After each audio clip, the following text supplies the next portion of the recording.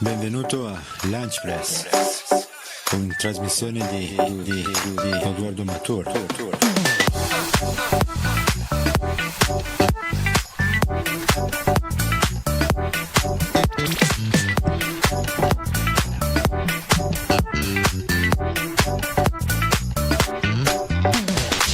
Cazzo guardi altre trasmissioni? Eccoci, ben ritrovati qui sul canale YouTube di Radio Rossonera. Io palesemente in ritardo, neanche le cuffie non c'avevo oggi, veramente un disastro. Ma questo, se avete notato, che lui tiene sempre le cuffie Esatto. All'indietro, da DJ a Tomorrowland. Esatto, che è la mia seconda mansione mancata, tra l'altro.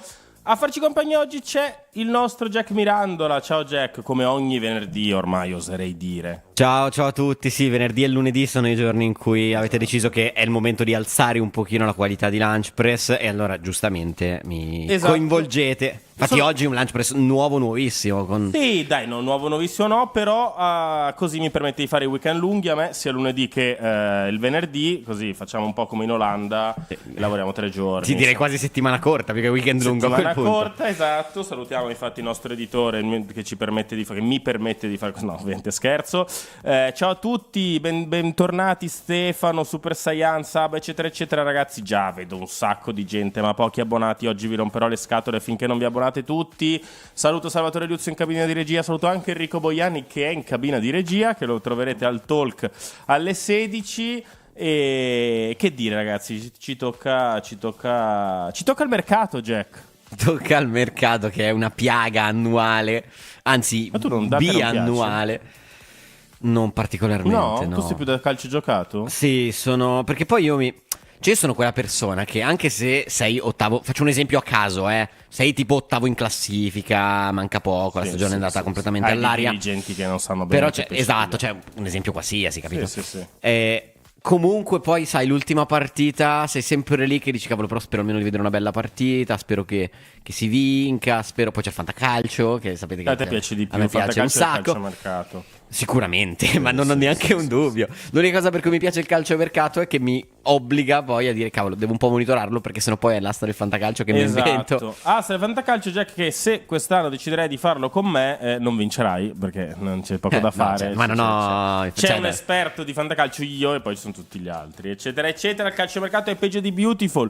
Ci scrive Barabba, è vero, però a noi giovani, quindi non Jack, però a noi giovani un po' piace, dai, un po' piace. Continuo a reputare che di quelli che vengono davanti alla telecamera sono tendenzialmente più giovani, però so che non sembra, so che non lo direste. Ma il calciomercato fatto bene. Mi piace, ecco. Non questo calciomercato. No, c'è il calciomercato che sta facendo il Napoli, per dire Gaza, secondo me. No, non più che Gaza, sta costruendo una squadra veramente veramente competitiva. Il Napoli ha fatto, a mio avviso, Jack, dimmi cosa ne pensi, quello che il Milan avrebbe dovuto fare nel 2022. Cioè prendere 3-4 giocatori forti, investire, alzare l'asticella. Napoli prende Beukema e sistema un po' la difesa, prende De Bruyne insieme a McTominay e Anghissà l'anno prossimo, e Lobotka fa un centrocampo veramente da leccarsi i baffi. Davanti prende Lucca, che poi è anche lì c'è una chiara idea, no? A differenza del Milan con Gimenez. Lucca è la riserva di Lukaku. Bravissimo. E comunque per la riserva di Lukaku 35. E poi c'è Ndoye, su cui sta spingendo forte. È arrivato anche Noah Lang. Cioè, Vania Milinkovic-Savic sembra molto vicino. Il Napoli sta facendo una squadra. Il Napoli sta lavorando molto bene. Io, guarda, non ti faccio magari proprio il paragone uguale e identico con quello del Milan del 22. Però ci sta, no? Sì, però allora, ciò che ti fa capire che al momento le cose a Napoli funzionano, un po' come abbiamo detto tante volte per esempio per l'Atalanta nell'ultimo decennio, è che il Napoli vince uno scudetto, e non parlo dell'ultimo, parlo di quello prima. Sì. Stradominando, facendo uno dei campionati a mia memoria più devastante, più da schiacciasassi che potesse fare. Cioè vince 5-1 con la Juventus, ragazzi, è una partita incredibile. Quindi fa un campionato proprio dominando, trainato da un punto di vista quantomeno realizzativo da due pilastri come Victor Osimhen davanti e Khvicha Kvaratskhelia. Rinuncia a questi due pilastri per varie vicissitudini, tra l'altro secondo me monetizzando anche un po' meno di quanto magari non avrebbe potuto. Sì, mai a livello nostro, però non così male, ma chiaramente senza, secondo me, capitalizzare quanto avrebbe potuto. riesce a reinvestire bene e anche con pazienza, perché comunque ricordiamo la pioggia di critiche sul Napoli a gennaio perché vende Kvara e non lo sostituisce, perché prende Okafor che tanto poi non vede mai il campo, e rischia di rimanere fregato quando poi si fa male Neres. E invece adesso con quei soldi che comunque aveva lì in saccoccia lavora bene, prende una riserva. Per me Luka, ne abbiamo parlato tanto perché è stato costato tanto al Milan, Luka come riserva è di altissimo livello come riserva. Prende Noah Lang per rinforzarsi sulle fasce, se prende anche Ndoye altro che rinforzata sulle fasce, è proprio forte. Il centrocampo riesce a fare un colpo funzionale ed efficace, a cogliere un'opportunità. La difesa è già forte, ricordiamo che l'anno scorso loro vincono con Buongiorno che salta quasi tutto il girone di ritorno, una buona parte. Il miglior difensore che di fatto hanno. Cioè, ragazzi, così si lavora, e è un sistema che funziona perché funziona benissimo quando c'è Giuntoli. Giuntoli va alla Juve, dimostra che forse non era lui adesso nulla a togliere, certo. Dimostra che forse non era lui, come molti dicevano, l'unico grande artefice di questo successo, perché poi Giuntoli va in una realtà diversa come la Juve e fa malissimo, tanto che viene cacciato di fatto dopo 2 anni. Ne prendono un altro di direttore sportivo, gli viene lasciato però spazio e libertà di lavorare, credo che quella sia tutta la differenza e del se mondo. lo lascia De Laurentiis. E se lo lascia De Laurentiis, ragazzi, De Laurentiis, cioè io sto rimpiangendo che il Milano sia di De Laurentiis in questo momento, rendiamoci conto di come siamo messi. E in più, Jack, ti aggiungo l'importanza di un allenatore come Antonio Conte, che qua ci scrivono appunto, al di là del fatto che il Napoli abbia un presidente che crede in un progetto sportivo, però il Napoli è anche un allenatore che se non lo accontenti va via. E questo può piacere o non piacere, a me tendenzialmente non piace, però alza l'asticella, la tiene altissima, la tiene sempre al massimo possibile l'asticella, anche nei confronti della società, no? Senza dubbio, ma a noi basta semplicemente che andiamo a ripercorrere tutto quello che ci siamo detti principalmente nell'ultimo mese, diciamo nel mese di giugno, ok? Arrivano Tari, arrivano Allegri, portano, anche se in minima parte, un filino di entusiasmo, più per magari la novità che di per sé. Sperperato come però sì, perché comunque viene considerato, cavolo, adesso finalmente ci saranno al lavoro Allegri e Tare. Però l'impressione è che Allegri e Tare, che se vogliamo paragonarli un pochino, diciamo, cioè Allegri Tare, la nostra coppia, e Conte Manna, la coppia del Napoli. Qual è la differenza? Che Conte Manna lavorano, Allegri e Tare consigliano. Però poi non hanno nessun tipo di potere decisionale. E i risultati si vedono. Il primo risultato, Jack, è Granit Xhaka. Cioè Granit Xhaka è evidentemente un nome di Glitare, confermato, è un pupillo, comunque uno dei nomi sul taccuino di Glitare. Il Milan non ha potuto praticamente fare un'offerta, anzi Milan l'ha fatta ma alle sue condizioni, quindi alle condizioni di Giorgio Furlani, e ovviamente il Bayer Leverkusen ha detto un serenamente no. Un sereno no. Come ci scrivono in chat, non è cambiato niente, cioè eravamo contenti e abbiamo ammesso, così si può dire, abbiamo insomma commentato il fatto che in maniera positiva che Milan avesse finalmente preso un direttore sportivo che potesse cambiare le cose, un allenatore di alto livello come Massimiliano Allegri, ma abbiamo subito detto bene, abbiamo forse imparato dai nostri errori, però li dovete far lavorare, cioè li dovete dare un budget, dovete fare in modo che loro costruiscano la squadra. Questo non è stato così già da subito, no. Jack, perché al di là di Luka Modric, che però ha un contratto facile da fare, cioè non è che è dovuto passare per chissà che approvazioni, per il resto del mercato, ma dal giorno dopo dell'inserimento di Glitare ad oggi, l'evidenza dimostra che di fatto il Glitare non ha questo potere qua. Ma non è che lo sto dicendo io, lo sto dicendo Jack. Cioè il Milan non va su Xhaka, che è un giocatore che potrebbe veramente fare la differenza nel centrocampo del Milan per 2 anni, trainare i più giovani, eccetera eccetera. Milan non lo prende perché economicamente non è un'offerta. Il Milan non vuole pagare quei soldi per un giocatore di quell'età lì. Arriva, si spinge fino a 32,5 per Yashari, perché è un giocatore con un'età diversa, è un quinquennale, non sarebbe un biennale, eccetera, eccetera. E lo stesso Jack, e poi ti lascio la parola, va a finire nella scelta dei terzini, che sono tutti di medio-basso livello, non ho problemi a dirlo. Tutti i terzini usciti sono di medio-basso livello. Sì, oggi è uscito che si parlava che il Milan vorrebbe chiudere tutti e due i terzini titolari con circa 30 milioni di spesa complessiva. Quindi una follia, bassissimo livello. Il Milan ha perso Teo Hernandez e sostituisce con 2 terzini di medio-basso livello, e anche lì è puramente economica la questione, perché decidi che vuoi 2 Allora, 2 sai che ha un costo, prendi e vai a pagare 2. Se invece tu arrivi, dici il mio budget è 15, mi va bene più o meno tutto, perché signori miei il problema è questo, al Milan ad oggi va bene qualsiasi terzino purché costi meno di 15 milioni. Da qui il nome poi di Stupinian, che sembra quello un po' più caldo in questo momento, poi ci arriviamo. Diversissimo da tutti gli altri che sono stati trattati finora, perché erano tutti terzini difensivi e Stupinian è un terzino. Ha forti e spiccati qualità offensive, quindi per certi versi un po' più simile a Teo rispetto a tutti gli altri, poi ne parleremo un po' più nel dettaglio, però allora non c'è una ratio. allora, diciamo così, quando io ho visto il colpo di Samuele Ricci ero mediamente ottimista, nel senso che, lo sapete, a me Ricci piace probabilmente molto di più di quanto non piaccia a molte persone, ma io sono, e soprattutto sono convinto che per essere un giocatore acquistato dal Torino è un giocatore che hai pagato il prezzo giusto, sì. Che però al Torino è quasi impossibile, perché di Esatto. solito non paghi mai un giocatore il prezzo giusto a Torino, ma lo paghi sempre di più. Quindi quella, a mio modo di vedere, per livello del giocatore in relazione alle cifre che l'hai pagato, è un'ottima operazione. Ok. Sembrava un buon inizio. E il problema è che mi pare che ci siamo un po' fermati lì. Cioè, alla fine questo acquisto di Ricci a quella cifra probabilmente è stata più l'eccezione Certo. che la regola.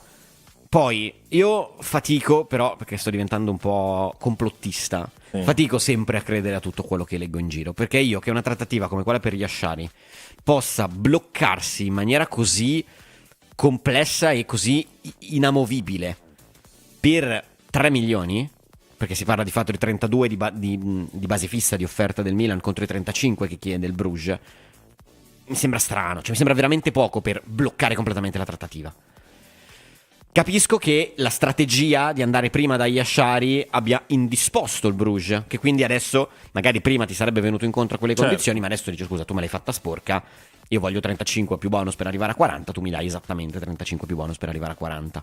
Però comunque la cifra mi sembra, cioè il gap mi sembra comunque un po' piccino perché si vengano a creare tutti questi problemi, a meno che a quei 32 per dire che ho offerto il Milan ci siano dentro magari 4 di bonus, ma improbabilisti, Difficili, tipo che legati al come quelli di Reinders, Esatto. legati al pallone d'oro, Esatto, piuttosto che esatto. allora ok, così posso Allora, capire. mi danno un po' di spunti dalla chat. Sì, abbiamo abbandonato Edo al centro per anziani. Lo salutiamo, ma tornerà presto. Salutiamo se gli hanno lasciato l'ora di internet Esatto. in RSA. Parleremo di Tommy Pobega perché il Milan aveva un diritto di riscatto a 12 e si chiuderà forse alla metà, ma ci arriviamo anche a quello. Parleremo di tutti i reparti, centrocampo, difesa e attacco. Ti volevo fare qualche domanda, sempre per gli spunti alla chat. Prima una però rispondo io a Luca, che invito ovviamente Luca ad abbonarti, soprattutto se scrivi una cosa del genere. Premesso che è chiaro che questa società è invisa a tutti, vi chiedevo se voi potete darci un po' di fiducia per l'anno prossimo oppure arriveremo decimi. Allora,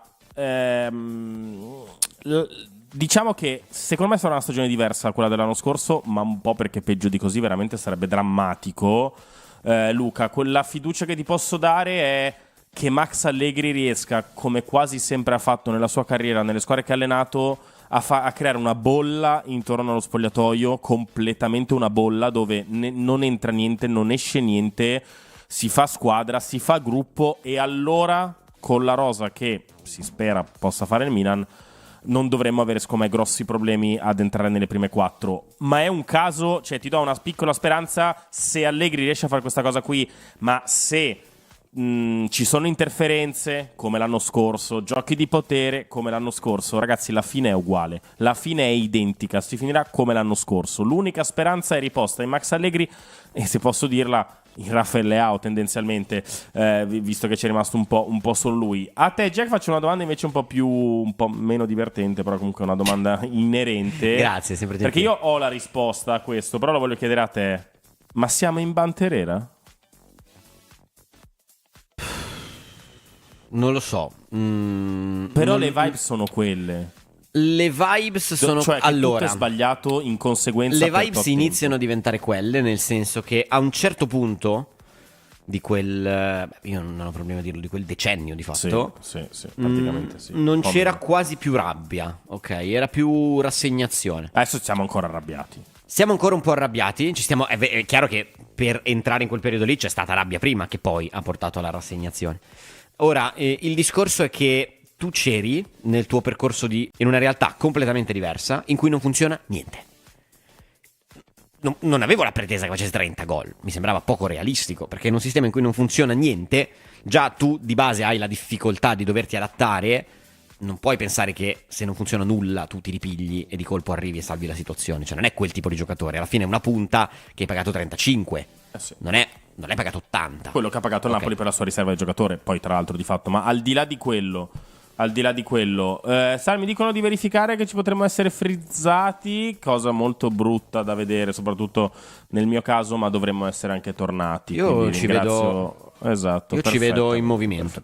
Perfettamente. Allora, arriviamo al mercato, perché Jack ha preparato delle grafiche su Yashari. Ragazzi, ad oggi non c'è una novità, è tutto ancora fermo, il Bruges non accetta, il Milan non rilancia. Yashari non si allena con la squadra, il ragazzo sta forzando veramente tanto e mettendo a rischio anche la sua carriera. Sta prendendo un per quanto grande mi rischio riguarda. lui, Esatto. un grande rischio. E quindi vabbè, parleremo anche, e già questo io non te l'ho detto, ti faccio una sorpresa, l'ennesimo sproloquio di Antonio Cassano su Rafael Leao. E l'ennesimo commento di Leao che ormai... L'ennesimo commento di Rafael Leao che non si fa ovviamente aspettare. La mia sulla Banter, e poi andiamo pure con le grafiche. Per me è peggio della Banter. Cioè, quando il Milan è entrato in Banterera c'erano degli evidenti problemi finanziari da parte dei presidenti che c'è stato, dei presidenti che sono susseguiti, eccetera. E Milan, di fatto, meglio di così era difficile poter fare con quella situazione economica, con tanti giocatori a fine ciclo dal 2013 in poi, eccetera, eccetera, eccetera. Qui il Milan ha scientemente scelto di buttare nel water un lavoro di 3 anni che è servito per uscire dalla Banterera 2019-2022, ok, da quel 5-0 preso in casa l'Atalanta, che è un po' la fine paradossalmente, no, della Banterera al punto più basso, Jack, e poi il Milan da lì ha svoltato. Questo è peggio della Banterera, perché il Milan ha i conti a posto, è uno dei club più sostenibili, più economicamente a posto del panorama europeo. Ma è solo quello. E ci siamo arrivati con dei sacrifici, perché ce l'avevano detto, no? Da quando ci ha presi Elliott, eccetera, bisognerà fare dei sacrifici, li abbiamo fatti, abbiamo creato una squadra giovane, abbiamo vinto uno scudetto, e poi è arrivata l'arroganza di mandare via gli artefici di questo scudetto, di questo percorso, e di dire adesso facciamo noi. Uno, perché tanto, vabbè, secondo loro, facile, ho tutto apparecchiato. E invece no, perché per partecipare al giochino del calciomercato e di fare la squadra, il Milan è finito ottavo. Prima è finito quarto e poi ottavo. Tra l'altro quarto, vabbè, quinto sarebbe finito. Quinto. Esatto.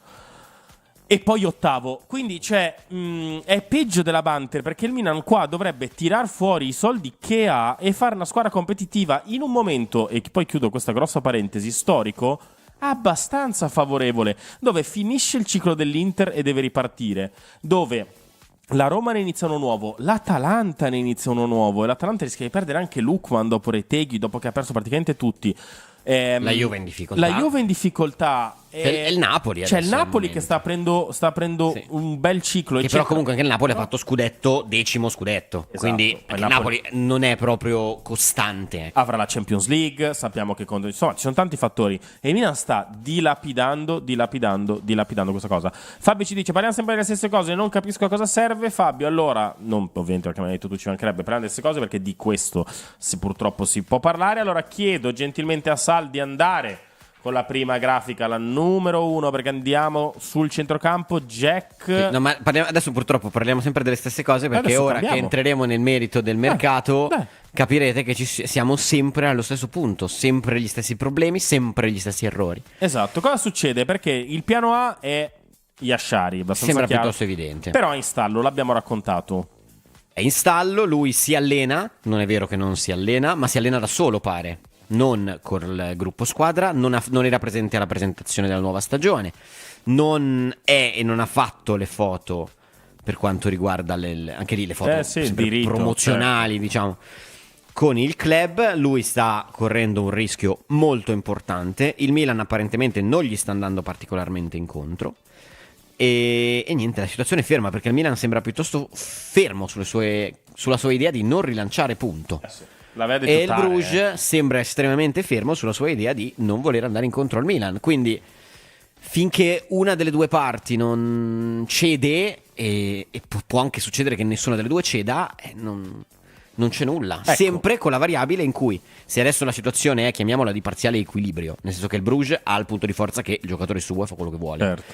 Il Milan ha il punto di forza che oggettivamente Yashari sta diventando sempre più un problema per il Bruges, però nel momento in cui domani si infila un'altra squadra e prova a inserirsi un'altra E gli squadra, offre 40. e il Milan porta perde via. tutto il vantaggio. Sì.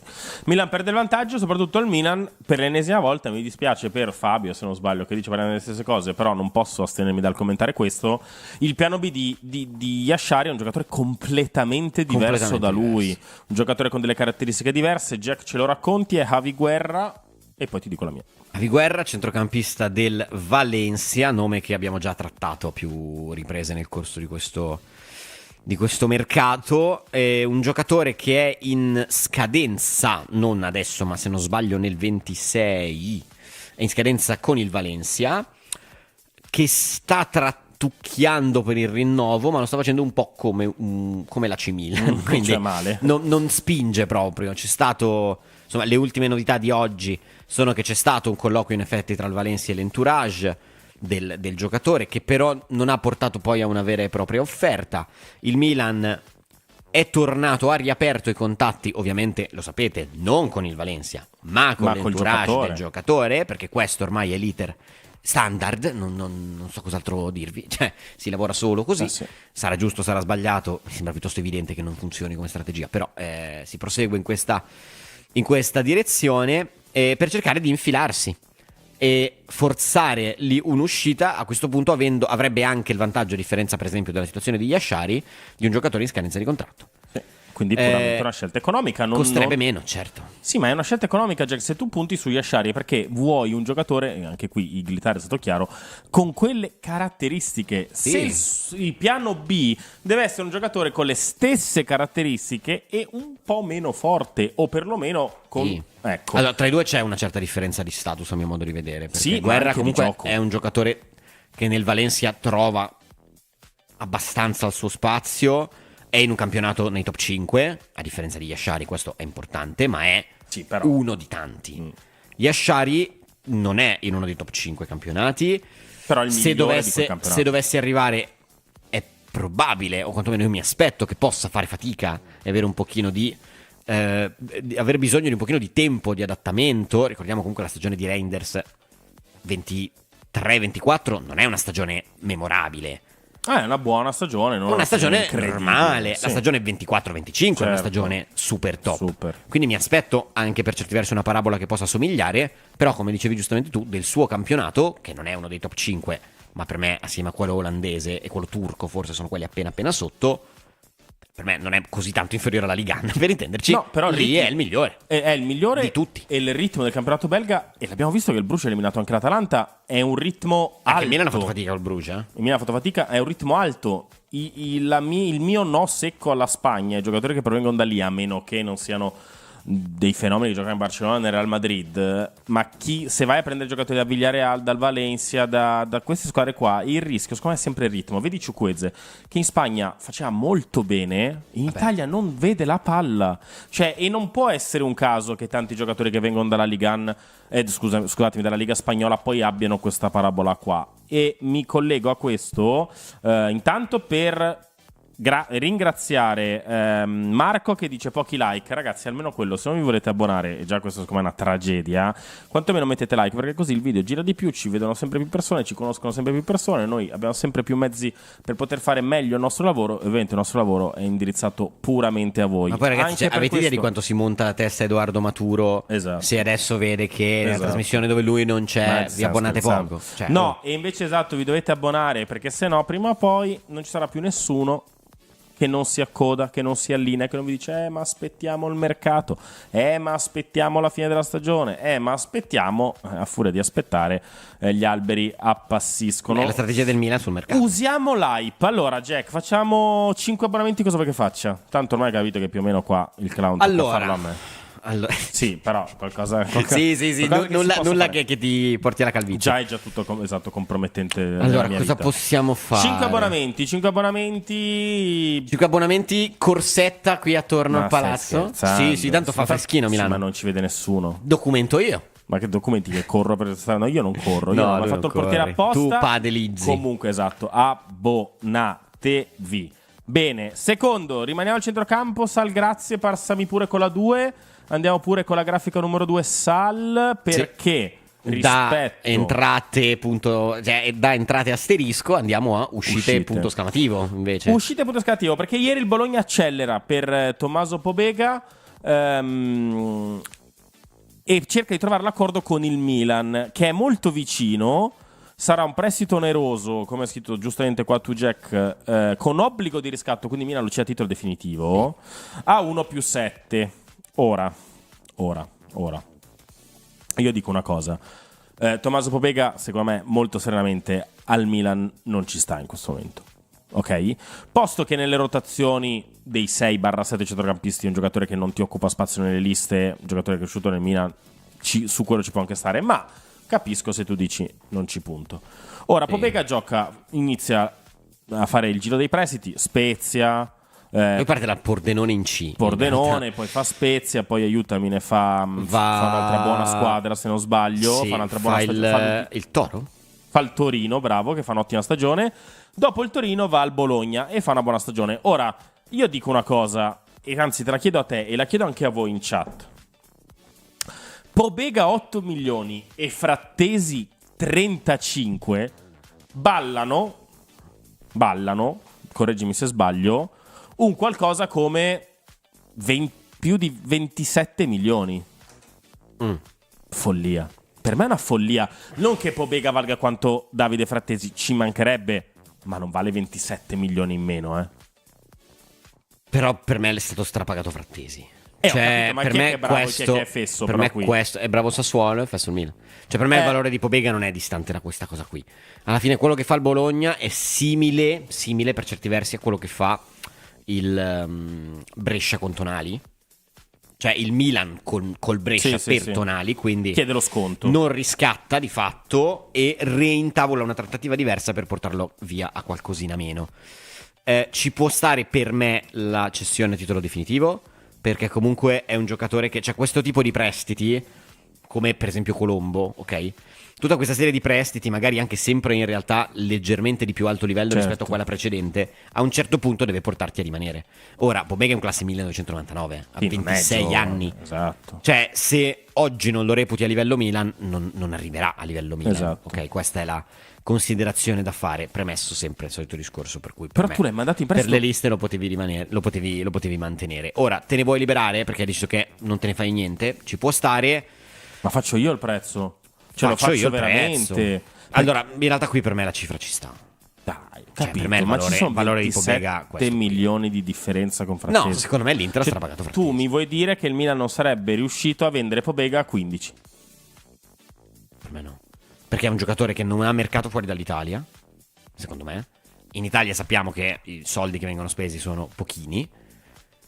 Sì, però alcune volte no. E secondo me il livello, cioè il Bologna, lo dico proprio francamente, con tutto il rispetto, che io ho un grande rispetto per Tommaso da un punto di vista proprio sia umano che professionale, ok? Ho sempre avuto un grande rispetto per lui perché è uno che secondo me si è sempre veramente impegnato, ha sempre dato tutto quando ha giocato. Sono stato contentissimo quando ha trovato il gol in Champions, il suo primo gol in Champions, che comunque è una di quelle date che non ti dimentichi poi. Però secondo me il Bologna è più o meno il massimo livello a cui può ambire oggi Tommaso Pobega. Però okay. per me il Milan poteva... Però cioè dico, sotto il Bologna per me c'è un Empoli per dire non avrebbe potuto magari neanche offrire questo. No, beh, certo. Secondo me comunque anche questa gestione un'altra volta, rispetto alle vendite che si fanno fuori, che fanno le altre squadre, cioè, non so se ti ricordi cosa ha venduto la Juve e a chi l'anno scorso, a che prezzi. Vabbè, Casanei dalla primavera dell'Inter è venuto a 20 milioni al Chelsea. Noi stiamo parlando di questa cosa qua. Sì, l'ho vista, bellissima, però mi hai distratto, che non volevo mostrarla, poi ho visto che non potevo. Qua mi dicono che il prezzo di Tommy Pobega è giusto, direttore. 1+7. Giusto. Così, mi hai messo in minoranza. Sì, però a Bologna, dai. 1+7. A sto punto me lo tenevo. Ma tra l'altro qual è? Ma cioè adesso... A sto punto me lo l'ultima tengo. ora ne parliamo dopo perché non so di cosa stiamo parlando. Me lo tengo a sto punto. Tengo. Questo è un altro discorso su cui invece posso essere d'accordo con te. Nel senso che tanto abbiamo sempre problemi di liste. Lo sappiamo perché il direttore ha sta grafica che l'avrete vista al talk 147 volte l'estate scorsa, questa grafica con tutte le liste, mica liste, eccetera, eccetera, che non ne può più, proprio il direttore la odia quella grafica lì. Dimmi. Sicuramente Pobega avrebbe aiutato. È vero che però tanto se tu vuoi spolpare e diminuire, non hai più i problemi di liste che avevi l'anno scorso, quando avevi 140 competizioni. Frattesi 35. Ho capito, però è Dai, sono frattesi. 27 milioni di differenza. No, 27 forse no. Però Bravi loro. 15-20 sì. Sinoni. Guarda, ti dico, per le liste quest'anno è un filino meglio perché non c'è la lista UEFA. Sì, Ma c'è solo la lista Serie A, che peraltro bisogna compilare, quindi non è che proprio... Però ti dico anche che, insomma, Pobega magari l'anno prossimo hai un qualche giorno in più da spendere, tipo quello che gioca a Lecce quest'anno. Per dire. Ecco, Per però, dire. cioè, secondo me già il ragionamento di marca ha più senso, però... Cioè, vendi a 1+7, neanche 8 subito, 1+7 Pobega, però poi per Musa fai storie per 2 milioni quando lo stai vendendo a più di 20. Questo è folle, questo sì. Yunus è un po' inspiegabile. Vado perché sto per... Così, Io non ce la farò mai, Scusate, cioè esatto. l'età... Aspetta, La schiena, su bene la schiena, che sennò il talk non lo trovate di nuovo me, è un dramma, quindi mi raccomando, sì, no, sì. E poi sì, continuate a dire sì, a me che sono quello direttore. anziano, capito? Esatto, Cioè, a sì, me, no, però tu ormai a me, in dato un per posto dove c'è spazzato. Edoardo Maturo, Simone Cristao, cioè, oh. Esatto. Il direttore lancia attenzione, dove vai? Ti chiede Gesù di Nazareth, probabilmente a fare una preghiera a sto punto. Sì, è successo. Perché C'è responsabilità nel rispondere, Esatto. Occhio a cosa va rispondi. Va bene, torniamo. Resta anche tu, Simo, tutti, Francesco, tu eccetera. Siamo andati invece ad andare a Che, mangiare. tra l'altro, per e noi, c'ha cioè, noi due ragione. come dovremmo prenderla questa? Perché Simo bene, ma noi dovremmo prenderla come un... Cioè, andate via voi, fate stare solo il direttore Sì, che fa un sì, monologo. no, ma è giusto così. Il direttore c'è un motivo. Torniamo pure in studio, ecco, salutiamo anche Salvatore Liuzzo, tanto oggi gente che entra, gente che esce. Sì, e tutti accenda un anziani, cino. incredibile. Esatto, torniamo pure in studio, siamo già in studio. Siamo già in benissimo. studio, vai tranquillo. E cambiamo ruolo. Il reparto. C'è un'ufficialità. Oh, attenzione. l'ufficialità di... Abbiamo... Di chi? Signori, No, la devo dire io? Vai. Ufficiale chi? a chi? Il terzo acquisto era AC Milan. Abbiamo raddoppiato i Terracciani. Quindi è ufficiale che Sportiello va. Ha depositato. Ok, Pietro Terracciano, non Filippo, da non confondere con Filippo. Mi dicono, dalla regia, più che dalla regia, dalla direzione, La Simone direzione. Cristao, ha depositato il contratto con il Milan. Quindi ora abbiamo 2 Jimenez, Sì. anche se diversi, Esatto. scritti diversi, e 2 Terracciani. E una grafica eccezionale del Milan di saluto a Marco Sportiello. Grazie Marco. Allora, No, lo possiamo dedicare. sì, Mi non fai so dedicare più 2 come parole a Marco insultarli. Sportiello, però, per favore. volevo dirti, prima di passare all'attacco, sì, vai. Allora, Marco Sportiello, secondo me, in questi anni di Milan si è comportato benissimo. Quando è stato chiamato in causa ha sempre giocato molto, ma molto bene, ed è capitato che venisse chiamato in causa in qualche circostanza per via di qualche problemino fisico di Maignan, che sappiamo che non è stato, cioè che è accaduto, diciamo, negli ultimi anni. Quindi io porterò comunque un buon ricordo di Sportiello, perché non è, secondo me, fare il secondo portiere è veramente difficile. Sì, Perché, uno dei ruoli più difficili. perché devi essere sempre pronto, perché può succedere qualsiasi cosa in qualsiasi momento, letteralmente. Però non hai mai il ritmo partita, non hai mai il ritmo del gioco, perché non giochi mai di fatto. E secondo me è un ruolo complesso che lui ha interpretato sempre Benissimo. nella maniera corretta. Ora è evidente, ma lo sa anche Sportiello stesso, che tra Sportiello e Maignan ci sono non 2, non 3, ma 12 categorie di differenza, ok? Però per me grande professionista e comunque anche tecnicamente parlando un ottimo portiere, cioè per me un grande secondo. Un grande secondo e un secondo che ad oggi è maggiore a Terracciano, questo è abbastanza evidente. L'Atalanta andrà a fare il secondo di Carnesecchi, torna all'Atalanta. Mi chiedo anche qui quale sia la logica dell'operazione. Poi, Considerando che hai Torriani, che potevi per me benissimo tenere a fare il secondo, Sì, ma perché o è già mi ampiamente dici- a livello per fare il secondo. o secondo mi me. dici Sportiello voleva andare via, che però dove si sposta a Milano a Bergamo, torna lì e fa il secondo, non penso sia quello. O mi dici io risparmio un anno di contratto. E allora io ti dico va bene, ma allora vale tutto. Vale tutto perché già a questo punto ci siamo e di fatto questo registriamo oggi 20 luglio, oggi 19 luglio, 18 tra l'altro, che il Milan anche in porta ha fatto un downgrade. Poi Milan ha preso Modric, Milan ha preso Ricci, certo fare il downgrade di non avere un mediano è comunque un upgrade, però ad oggi Milan anche in porta si è un po' indebolito. Grazie a Fatim che ci dona 5 euro. chiedo a Sal, così poi ne parli, ti agganci, di andare pure con la grafica 3, perché c'è un nome nuovo per l'attacco. Sì. Poi torniamo un attimo sul discorso della porta, perché ci sono un paio di cose che secondo me vale la pena. Ma andiamo in attacco. Il 58esimo nome per l'attacco del Milan. E indovina, anche questo a me particolarmente non piace. Scalda nulla proprio. Gianluca Di Marzio, già ieri sera, sondaggio, siamo fermi a questo, sondaggio del Milan con il Manchester United per Rasmus Højlund, che abbiamo imparato a conoscere in quel grande, oggettivamente anno, Sì. che fa in Italia a Bergamo. Buon anno. L'Atalanta, che è estremamente più brava della C Milan di Milano a vendere, capitalizza alla grande quell'annata di Højlund, che potrebbe benissimo essere stata, e io tendo a vederla in questo modo, One un season po' una wonder. pionteccata. One season wonder, dai, sì. Permettetemi Diciamolo in maniera più questo carina. neologismo sempre di memoria rossonera, un po' una pionteccata quella stagione, capitalizza alla stragrande, come per me quest'anno ha capitalizzato alla grande con Reteghi, come per dire l'Inter ha capitalizzato alla grande su un'annata che era palesemente un'eccezione di Onana. Andre Onana. Tutti lo sanno fare, e poi c'è il Milan, tornando Che ai non lo portieri, so per fare. esempio Davis Vazquez, uno dei migliori portieri dell'ultimo campionato, Sì, ad allenarsi con Milan Futuro. Tutto molto bene. Poi, vabbè, perché l'Empoli non l'abbia riscattato, questo per me è inspiegabile. Però, Vabbè, però. al di fuori di tutto, vabbè, non aggiungo altro. Quindi sondaggio per capire la fattibilità dell'operazione. Perché? Perché il Manchester compra Højlund dall'Atalanta per qualcosa come 70? No, anche di più, Anche siamo 80, vicini agli 80. una roba del genere. Quindi è evidente che non può darcelo adesso 20. Cioè, è impensabile che lo lasci al Milan a 20. Quindi secondo me è stato più un tirare sul telefono. Quanto Ciao costa il Manchester prezzo? United, se volessimo intavolare una trattativa per Højlund, offrendoti magari, tipica offerta del Milan, 15 più bonus, oppure un prestito, tu cosa ci dici? Secondo me il telefono gli sarà attaccato in faccia. Tu. Esatto, bravo. Questo non so se si possa considerare sondaggio, ma credo che la situazione più o meno è questa. Højlund viene da una stagione o due piuttosto complesse a Manchester, ma io su questo metto sempre un puntino aggiuntivo.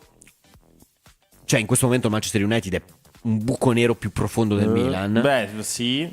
O profondo uguale, nel senso che chiunque vada al Manchester United, anche il giocatore più forte del mondo, floppa. Però almeno compra giocatori forti. Certo, compra giocatori forti o comunque... Certo, per me compra per giocatori esempio. che fanno annate di alto livello. Sì. Non tutti sono forti, ma Manchester United, a differenza del Milan, spende e spande senza se e senza ma. Poi in realtà in campionato fa quasi peggio del Milan. Cioè in questo momento Manchester United per me è veramente un buco nero che ti trascina giù veramente verso gli abissi più profondi. Quindi io non tiro la croce, cioè non dico che Højlund è un bidone, come per me non è un bidone Zirkzee, come per me non è un bidone tanti altri giocatori che sono andati a Manchester e sembravano dei bidoni in una squadra che è arrivata 15ª l'anno scorso.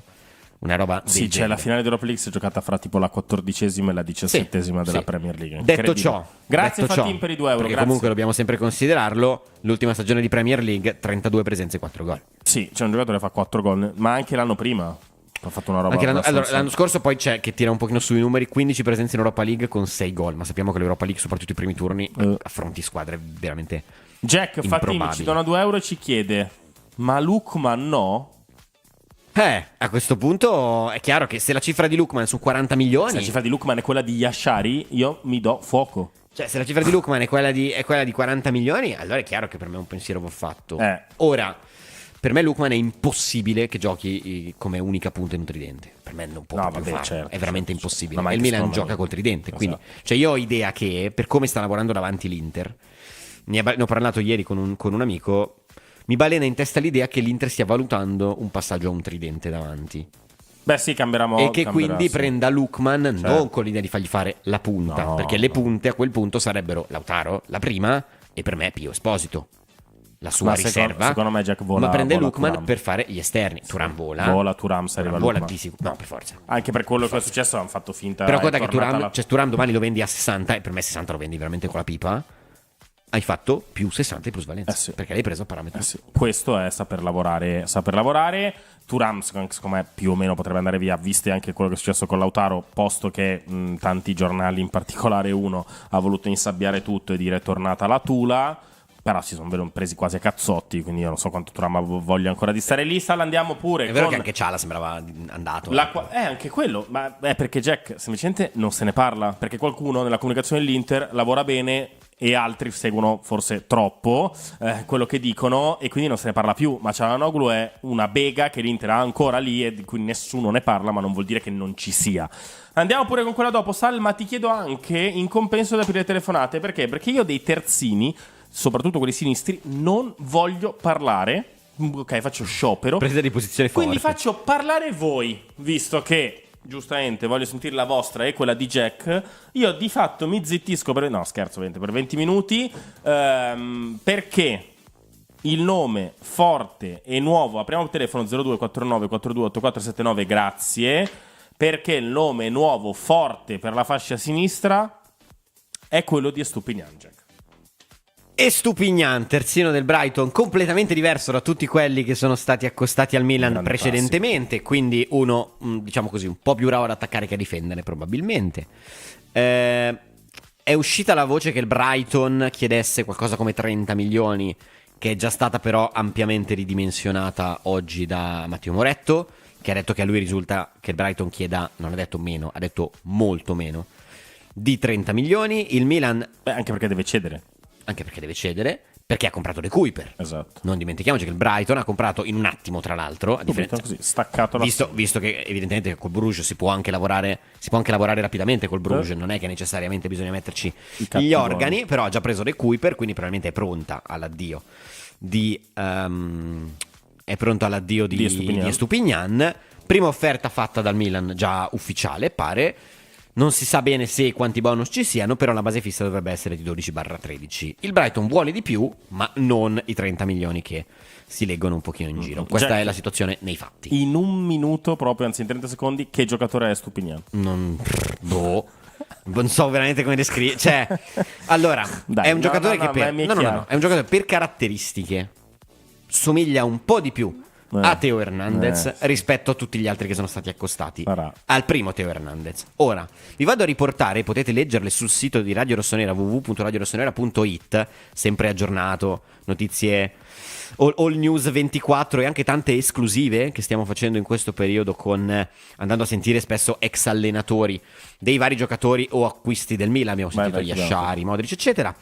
De Zerbi disse, quando l'ho allenato 2 stagioni fa al Brighton: devo ammettere che Pervis, Estupinian, è uno dei giocatori più importanti per noi, perché ha iniziato da terzino sinistro, ma lo si può trovare anche in posizione di attaccante. È molto intelligente, credo sia uno dei nostri segreti. Se diventa pulito nel primo controllo e nei passaggi, penso che possa diventare uno dei migliori terzini sinistri al mondo. E sulle parole di Roberto De Zerbi su Estupinian andiamo con la prima telefonata del giorno e torniamo pure in studio, Sal, grazie.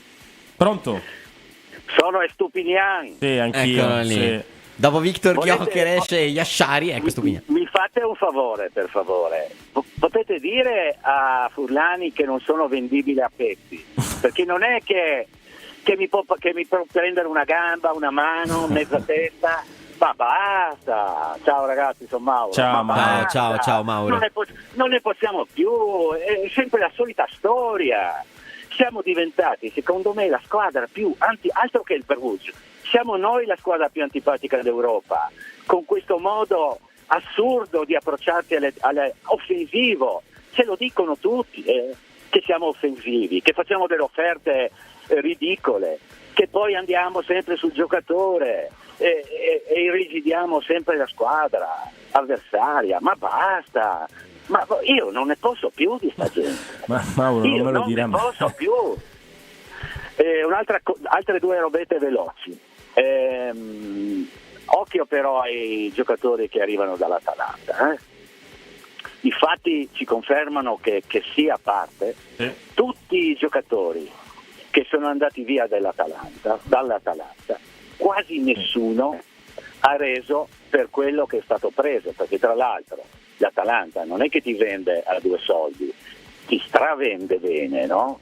E se voi fate un'analisi di tutti i giocatori che sono andati via dall'Atalanta, l'unico che ha avuto, che è stato pari alle attese, è stato che sì, secondo me. E ci ha messo comunque diverse stagioni. Ci ha messo un paio d'anni a diventare quel che sì. Ci ha messo, per cui anche il discorso su Lookman, sinceramente, riguarda altri, purtroppo noi abbiamo altre problematiche, per cui finisco. E Leo, sono come sempre d'accordo al 2000% con te.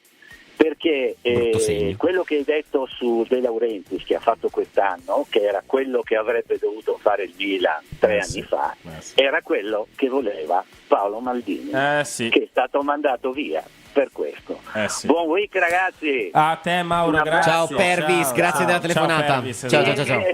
Digli che non si prende un pezzo solo. Sì. Ciao. Allora, sai che cosa mi ha fatto ridere? Mi ha fatto pensare a Furlani dal macellaio. Questa è la classica roba. Guarda, mi dà un etto di cotto. Lui gli dà, guardi, sono 102 grammi. No. Io Ho chiesto un etto io, non voglio pago 102 grammi. 40 grammi di prosciutto. No, allora, Incredibile. c'è un messaggio che ovviamente mi trovo d'accordissimo, ma perché veramente è difficile. Quest'anno e l'anno scorso è stato difficile.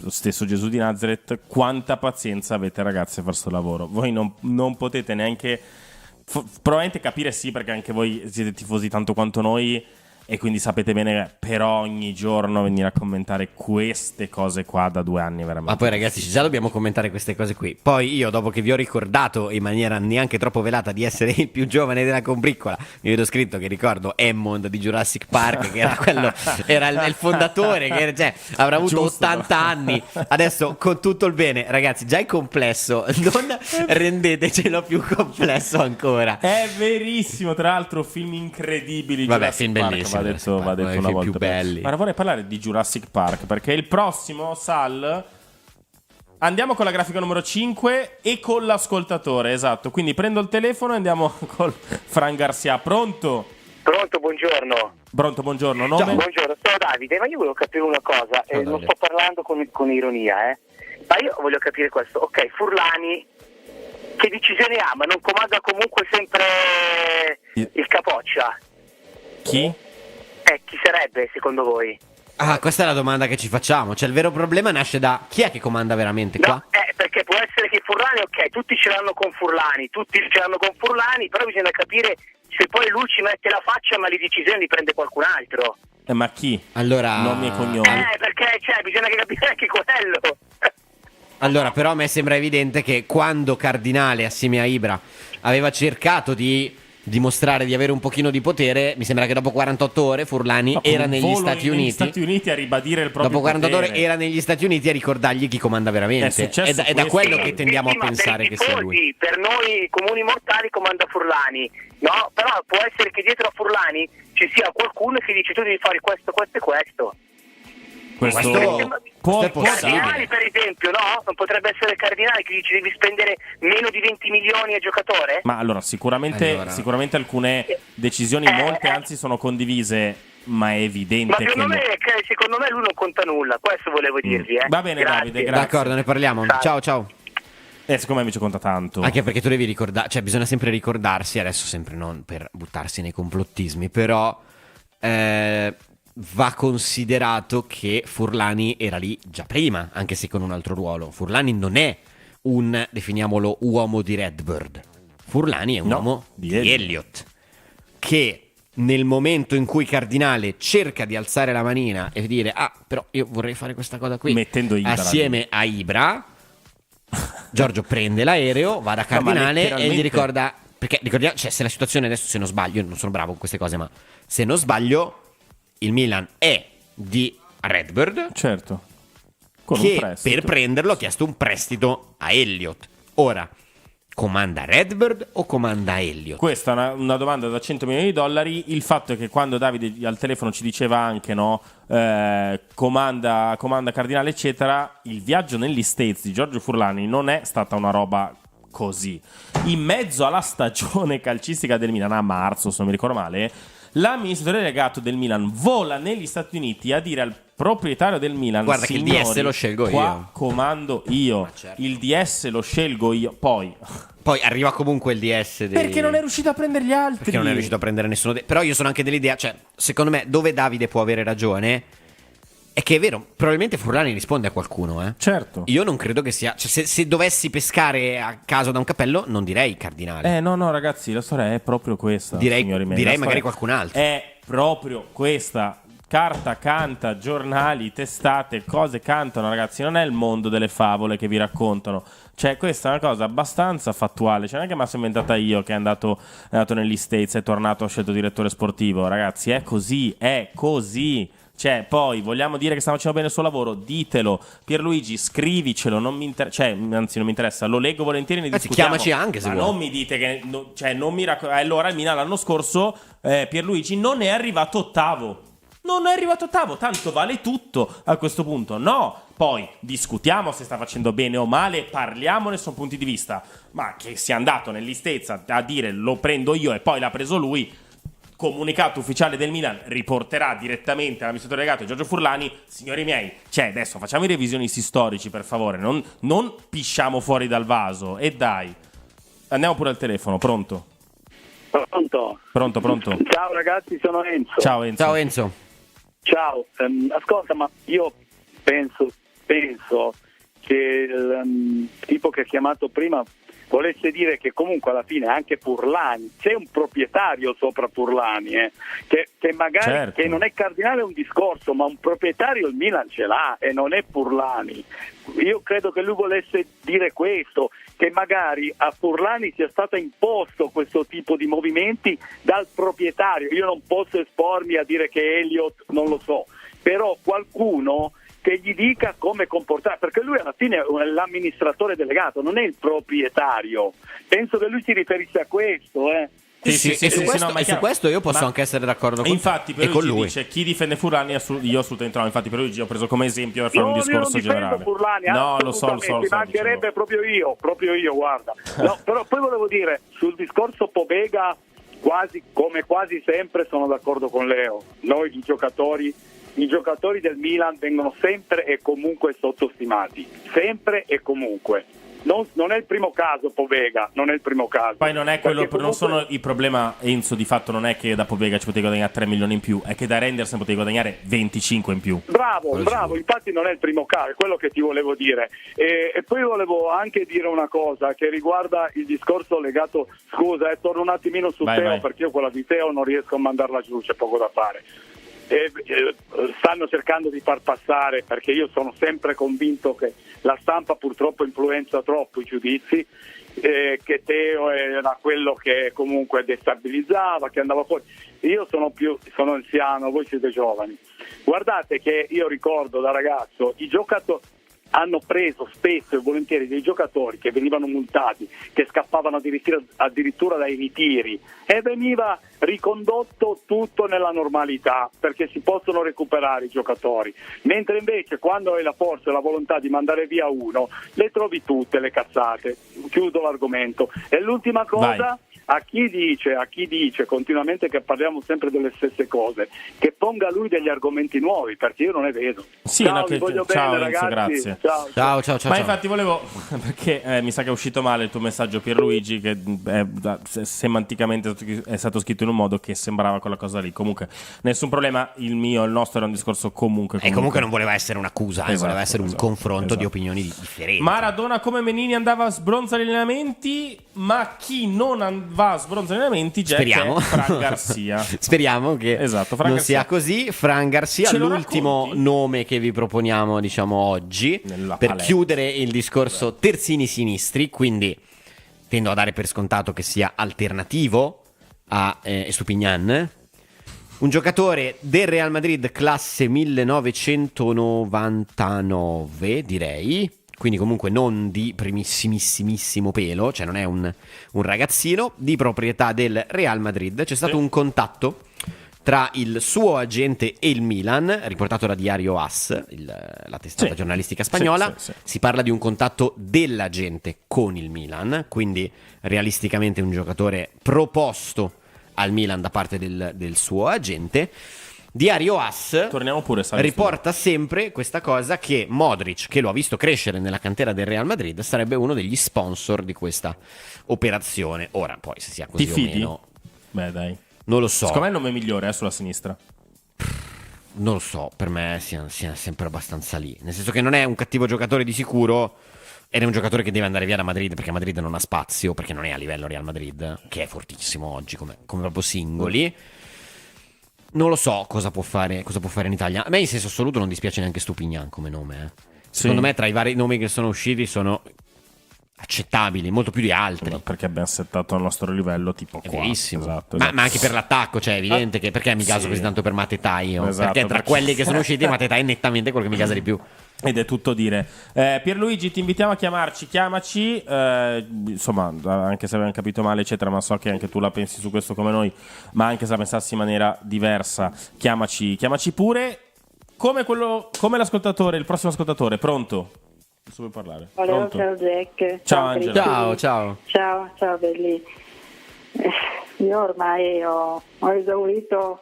Cerco di non entrare a gamba tesa, perché sennò poi Jack mi dice che entro a gamba tesa, però... Puoi fare quello che vuoi, cioè è un mondo libero. Finché non ci fai bannare fai quello che vuoi. No, figurati, io mi sembra di essere sempre tra le persone più educate che chiama, quindi... io sono 3 anni che li contesto, quindi...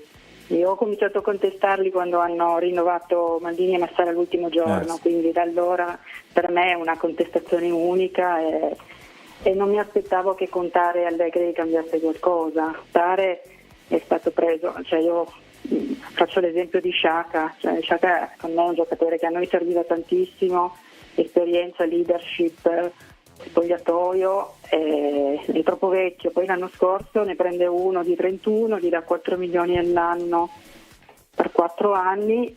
Angela, posso dire che anche dalla voce eccetera, ma cosa ti può far tornare il buon umore?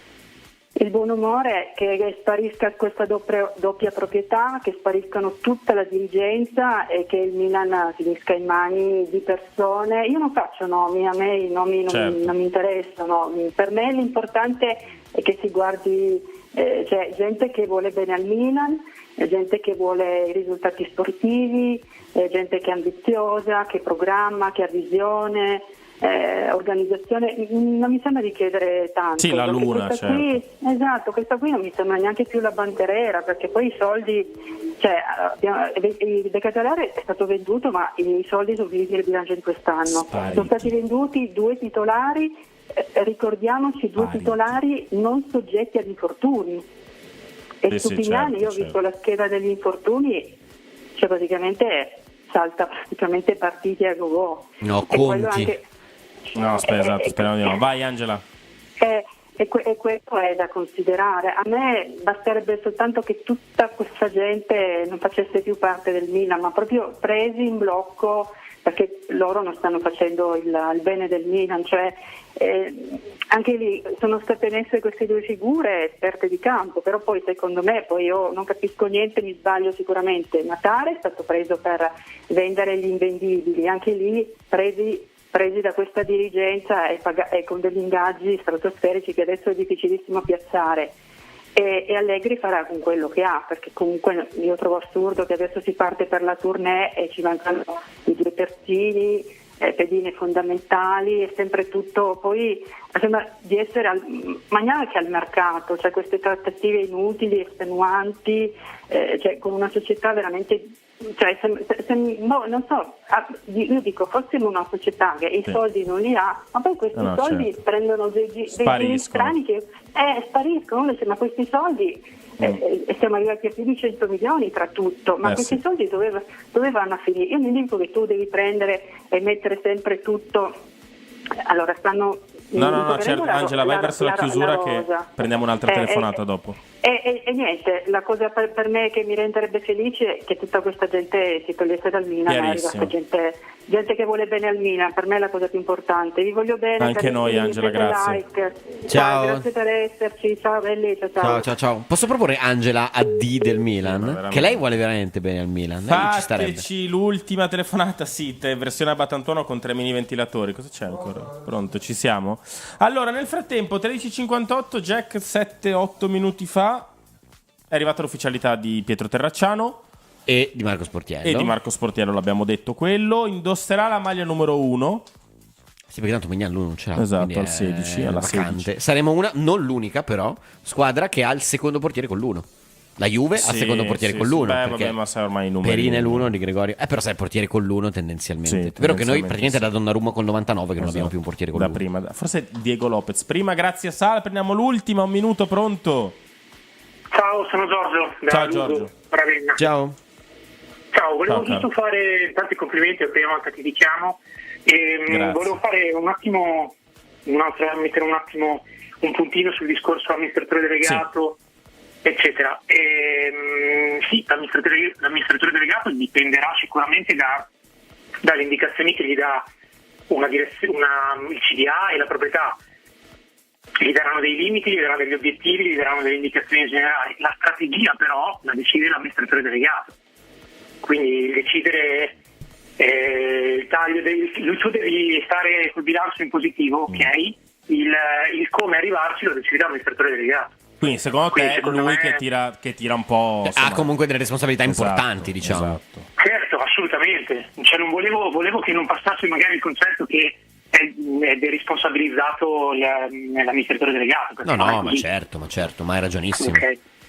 Grazie mille, Va bene, grazie per averci niente, chiamato, grazie per i tutto qua. complimenti e Ciao, buon weekend. richiamaci, mi Ciao raccomando. anche a voi ragazzi. Ciao caro Giorgio. Ci propone Umberto la rubrica per la tournée del Milan ed è una figata, l'approfondimento sui piatti tipici partendo da Singapore, quindi io che sono super specializzato in cucina orientale. non A so me se lo piace la sapevi. cucina asiatica molto. Esatto. Lo dicono adesso una roba che a Milano mi guardano. Preferisco la cucina cinese io al sushi. Ok, Mi piace no, molto io la no, cucina cinese. però mi piace molto. Amo Sì, il sì, sushi, sì. ma a me la cucina cinese piace proprio da morire. Mi piace molto e ho diversi libri su cui prendo ispirazione perché sì, io questo non lo cucina sapevo. orientale vado molto Cioè, forte. ma l'argomento più interessante di questo lunch lo tiri fuori in chiusura. Infatti, vi ho dato il fun fact più interessante in chiusura. Cioè, ma perché tocca fare così? Poi Jack mi ha obbligato, mi ha fatto fare la scaletta, mi ha fatto fare le grafiche. E io sono qua ostaggio di Io, questa cosa. tutta colpa mia, ovviamente. Ovviamente no, ma signori miei, 14.01 sarà una stagione lunghissima, un calciomercato lunghissimo, ma vi dovete abbonare a Radio Rossonera perché se volete che noi continuiamo a fare il nostro lavoro, anzi sempre meglio, dovete mettere like, dovete abbonarvi, dovete dare il vostro sostegno a Radio Rossonera. Ci dite sempre che ci apprezzate tanto, ci dite sempre che facciamo bene il nostro lavoro, ovviamente pur con tutti i nostri difetti eccetera, quindi il sostegno vostro è fondamentale perché noi a differenza del Milan i tifosi non li blocchiamo. Grazie Salvatore Liuzzo in cabina di regia, grazie soprattutto a Giacomo Mirandola che mi ha permesso di essere qui oggi in onda Grazie e a avere te. degli argomenti. Grazie a te, grazie a Sal, grazie a tutti. Buon weekend e cercate di tenere duro e mangiate asiatico. Esatto, perché altrimenti io ti parlavo solamente dell'umami. Quindi vabbè, grazie a tutti quelli che ci hanno chiamato, tutti quelli che sono rimasti con noi, hanno messo like, eccetera. Ragazzi, alle 16 c'è un super talk, quindi a tra 2 ore. Ciao!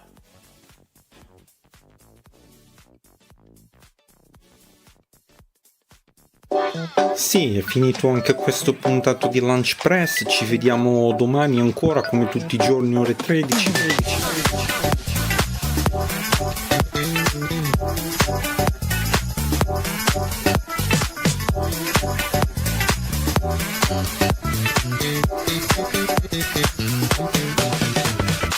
Per fare tanti gol.